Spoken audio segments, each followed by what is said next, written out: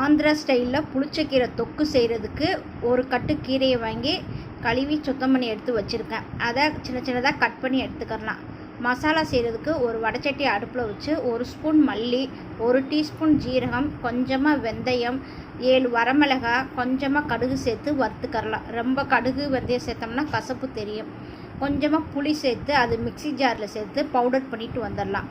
ஒரு வடைச்சட்டி அடுப்பில் வச்சு கொஞ்சம் நல்லெண்ணெய் சேர்த்துக்கலாம். கூடுதலாகவே சேர்த்துக்கோங்க. கடுகு, உளுந்து, ஜீரகம், பெருங்காயம் போட்டு தாளிச்சுக்கிறணும். 2 ஸ்பூன் கடலைப்பருப்பு, 2 வரமிளகாய் கிள்ளி வச்சுருக்கிறேன், அதையும் சேர்த்துக்கிறணும். கருவேப்பிலை கொஞ்சம் சேர்த்து 5-6 பூண்டு பல்லை தட்டி வச்சுருக்கேன், அதையும் சேர்த்து எண்ணெயில் வதக்கிக்கலாம்.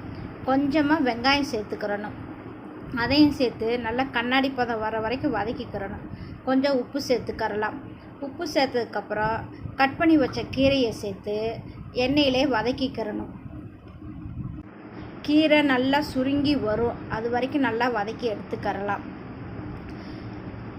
நல்லா சுருண்டு வரும்போது மிக்சியில் பவுடர் பண்ணி வச்ச மசாலாவையும் சேர்த்துக்கிறணும். டேஸ்ட்டுக்காக கொஞ்சமாக வெல்லம் சேர்த்துக்கரலாம். எல்லாத்தையும் நல்லா சுருளை வதக்கி எடுத்துக்கரலாம்.